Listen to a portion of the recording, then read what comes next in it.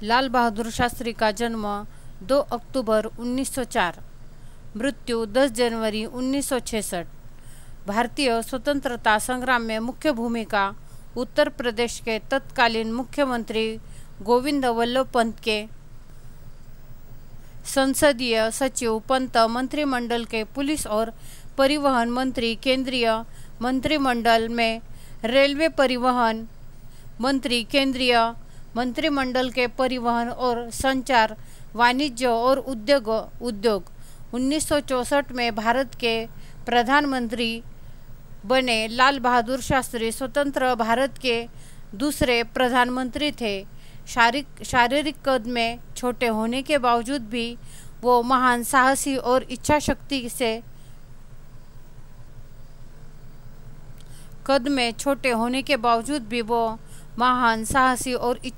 से इच्छा शक्ति के व्यक्ति थे। पाकिस्तान के साथ 1965 के युद्ध के दौरान उन्होंने सफलतापूर्वक देश का नेतृत्व किया। युद्ध के दौरान देश को एकजुट करने के लिए उन्होंने जय जवान जय किसान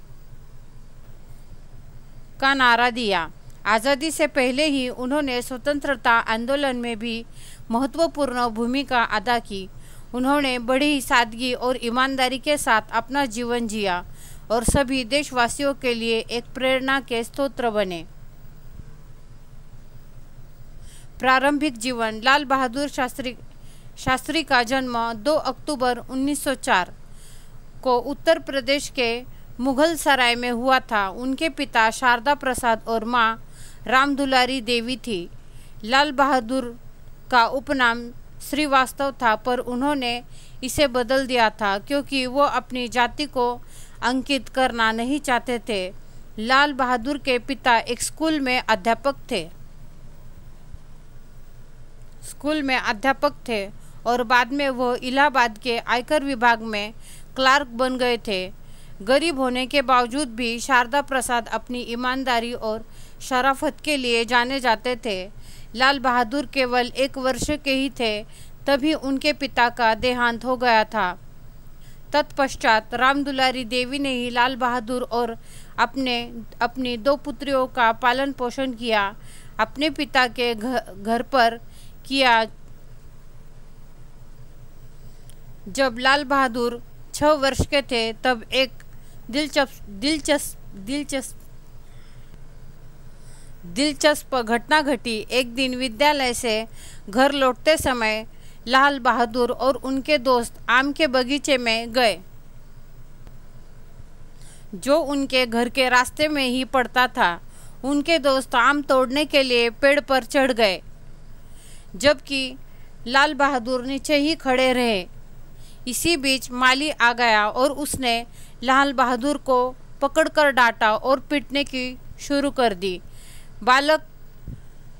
बालक लाल बहादुर ने माली से निवेदन किया कि वह एक अनाथ है, इसलिए उसे छोड़ दे। बालक पर दया दिखाते हुए माली ने कहा, जो कि तुम एक अनाथ हो, इसलिए इन सब से ज़रूरी है कि तुम बेहतर आचरण सीखो। इन शब्दों ने उन पर एक गहरी छाप छोड़ी और उन्होंने भविष्य में बेहतर व्यवहार करने की कसम खाई। लाल बहादुर ने अपने दादा के घर पर 10 वर्ष की उम्र तक रुके। तब तक उन्होंने कक्षा 6 की परीक्षा उत्तीर्ण कर दी थी। उच्च शिक्षा प्राप्त करने के लिए वह वाराणसी गए। राजनीतिक जीवन। 1921 में जब महात्मा गांधी ने ब्रिटिश सरकार के खिलाफ असहयोग आंदोलन की शुरुआत की, तब लाल बहादुर शास्त्री मात्र 17 साल के थे। जब महात्मा गांधी ने युवकों को सरकारी स्कूल और कॉलेजों, दफ्तरों और दरबारों से बाहर आकर आज़ादी के लिए सब कुछ न्यौछावर करने का आह्वान किया, तब उन्होंने अपना स्कूल छोड़ दिया। हालांकि उनकी माताजी और रिश्तेदार ऐसा न करने का सुझाव दे रहे थे, पर वे अपने फैसले पर अटल रहे। लाल बहादुर शास्त्री को असहयोग आंदोलन के दौरान गिरफ्तार भी कर लिया गया, पर उनकी उम्र कम होने के कारण उन्हें छोड़ दिया गया। जेल से छूटने के पश्चात लाल बहादुर लाल बहादुर ने काशी के विद्यापीठ में 4 साल तक दर्शन शास्त्र की पढ़ाई की। वर्ष 1926 में लाल बहादुर शास्त्री ने शास्त्री की उपाधि प्राप्त कर ली। काशी विद्यापीठ छोड़ने के पश्चात वह the servant of the people society से जुड़ गए, जिसकी शुरुआत 1921 में लाला लाजपत राय द्वारा की गई थी। इस सोसाइटी का प्रमुख उद्देश्य उन युवकों को प्रशिक्षित करना था जो अपना जीवन देश की सेवा में समर्पित करने के लिए तैयार थे। 1927 में लाल बहादुर शास्त्री का विवाह ललिता देवी के साथ हुआ।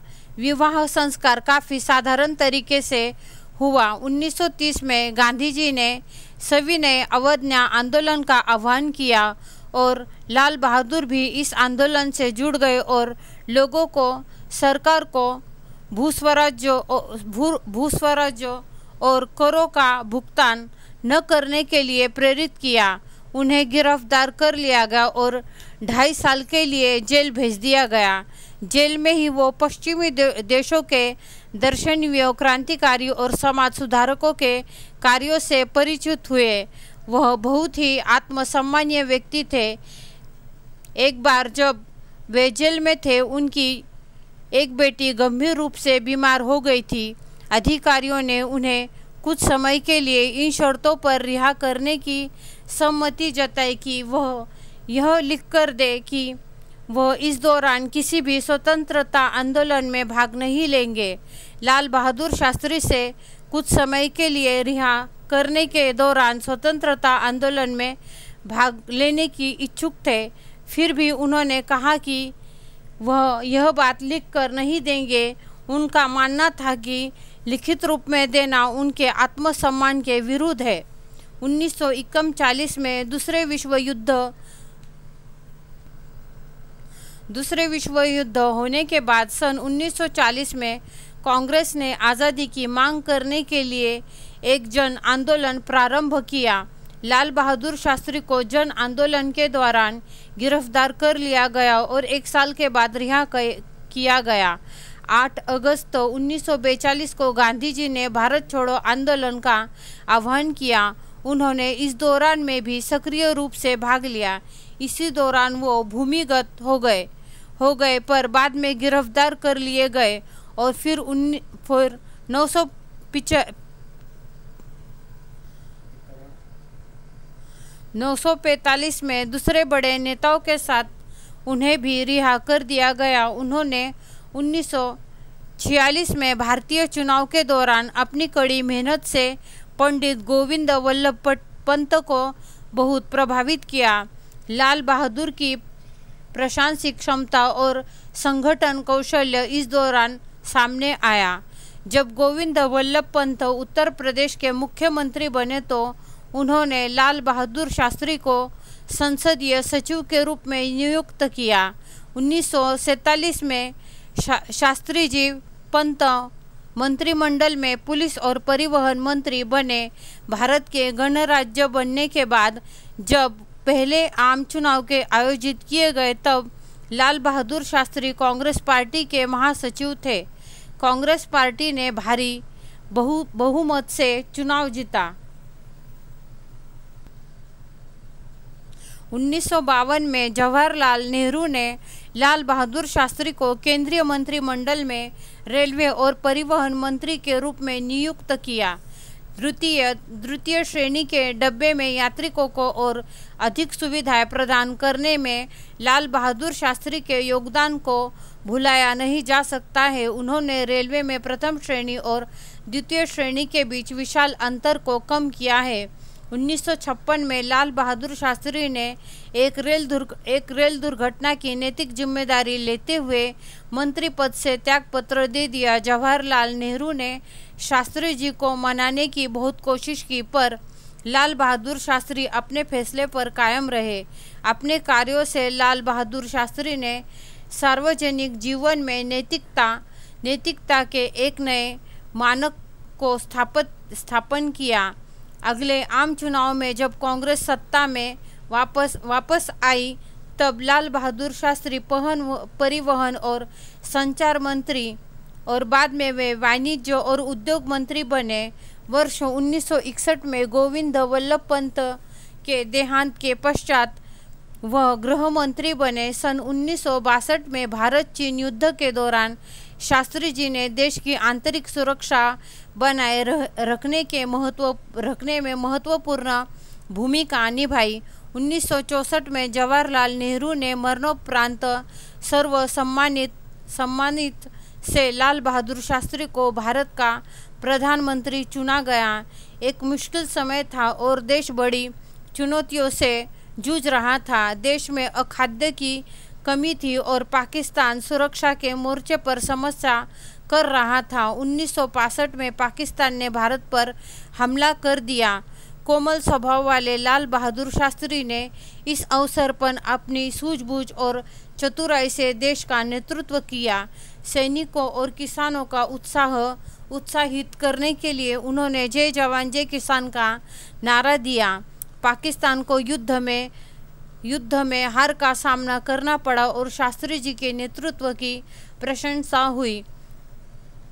जनवरी 1966 में भारत और पाकिस्तान के बीच शांति वार्ता के लिए ताशकंद में लाल बहादुर शास्त्री और आयूब खान के बीच हुई बातचीत में भारत और पाकिस्तान ने रूसी मध्यस्थता के तहत संयुक्त घोषणापत्र पर हस्ताक्षर किए और संधि के तहत भारत युद्ध के दौरान कब्जे के लिए सभी प्रांतों का पाकिस्तानों को लौटाने के लिए सहमत हुआ। 10 जनवरी 1966 को संयुक्त घोषणापत्र हस्ताक्षरी हुआ और उसी रात को दिल का दौरा पड़ने से लाल बहादुर शास्त्री का निधन हो गया। अगर आपको मेरी वीडियो पसंद आ जाए तो लाइक शेयर कमेंट सब्सक्राइब ज़रूर कीजिए और बेल आइकन को भी दबाएं। धन्यवाद।